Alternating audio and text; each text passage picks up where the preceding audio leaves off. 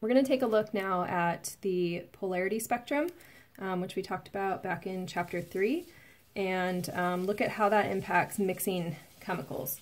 Because again, in this chapter, everything that we do is going to be looking at mixtures. So I want to know about the polarity of the solute and the solvent, and that will help me predict what's happening in terms of a mixture. So first of all, you're going to take all of these chemicals and sort them into ionic, polar covalent, and nonpolar covalent. So go ahead and do that for a minute, pause the video, and then come back. I will, meanwhile, C6H14, all C's and H's, so nonpolar. CH3F has that fluorine, it'll be polar. NaCl has a metal in it. MgCl2 has a metal in it. H2O, we know that's polar. Nonpolar, CH4, huge nonpolar molecule, C24H50O6. It's relatively not very many oxygens per carbon, so that's why it belongs in the nonpolar here. Next substance, glucose, has a much higher ratio of oxygens to carbon, so that's glucose, it goes here. CH2O, and then lastly, KF. So I've sorted my substances, and what we're going to find as we work through this is that chemicals that are nonpolar will mix with each other. Chemicals that are polar will mix with each other, and then we'll work the ionic compounds in also. So a couple of questions here to think about. You can pause it and think through this for a moment or two, and then I'll talk about it. So can I have intermolecular forces between these compounds? And these are all ionic, so no, because they are not molecules. And then next up, we look at these polar molecules, what intermolecular forces are possible here. So for some of them, like water, we can have hydrogen bonding. Just a reminder, hydrogen bonding isn't really bonding, right? It's just attractions. And then all of these, I can have dipole-dipole attractions, because that's the whole point, right? They're all polar, and that means they all have these dipoles on them, so we can definitely have those attractions. And then last of all, over here, if I'm nonpolar, then the only attraction that I can have is dispersion forces, and those were those accidental, temporary, partial positives and negatives. So when we look at nonpolar substances mixing with each other, there's a principle over here that we want to put on the side, and that is like dissolves like dissolves like, or like mixes with like. So if I have a couple of nonpolar molecules, they will mix, and so I could say nonpolar mixes with nonpolar. And that's what we're after as we think through these, is not just are they polar, but will they mix. If I look here, if I have a polar substance, it will mix with another polar substance. So that's a nice mixture for me. And then the last thing that we can see in terms of mixing is that my ionic compounds can mix with my polar compounds. And we saw that over here on this slide, where we have ions that are attracted to dipoles.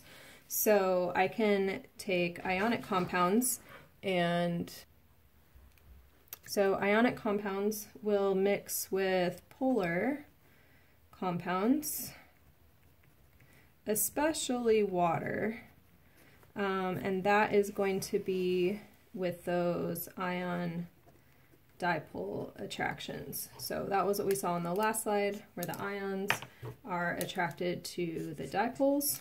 Remember, the polar substances have dipoles, and that's going to be a strong enough attraction to mix. So like mixes with like, and there's a couple ways we can be alike. We can have the same polarity, like we're both nonpolar, or we can think about it with intermolecular forces. We both do dispersion forces. So those are ways that we can get things to mix with each other. So we want to apply that information from the last slide now and look at mixing. So before I can figure out mixing, I need to classify ionic, polar, nonpolar. So you can go ahead and pause it and do that. Water is polar. These carbon compounds are nonpolar. Here I have an oxygen, so it's polar, And then here I have metals, so both of these are ionic. So if I look at each of these samples individually, this is like what we did in chapter 4. Let's just look at the strongest intermolecular forces. For water, the strongest intermolecular force between two waters, that's what this sample means, is I have 2 or more of those molecules. This would be hydrogen bonding. The carbon compounds, both of these would be dispersion. And then this formaldehyde, if I draw it out, has a dipole on it. So the strongest attraction possible between 2 molecules would be that dipole attraction.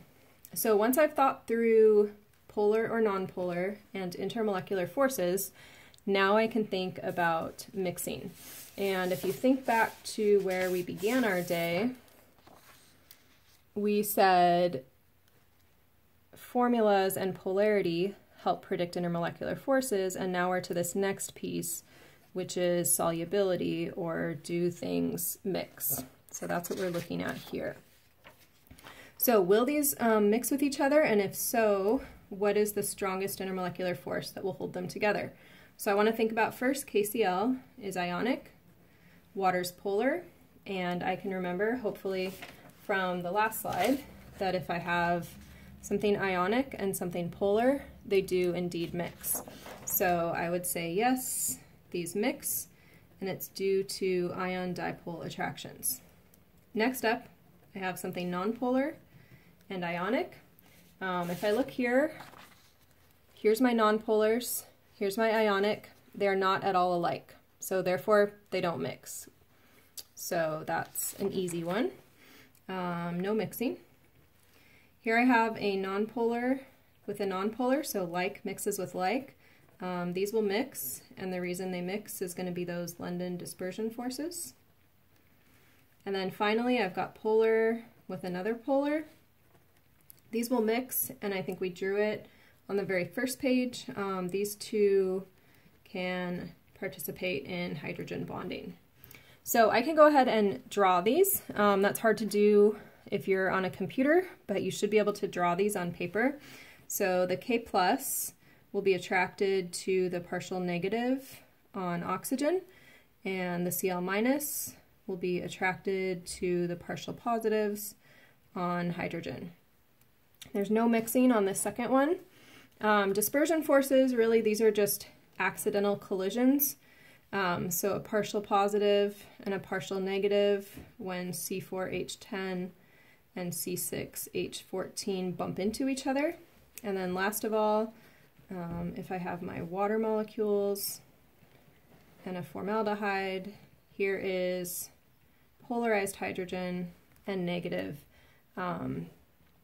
oxygen.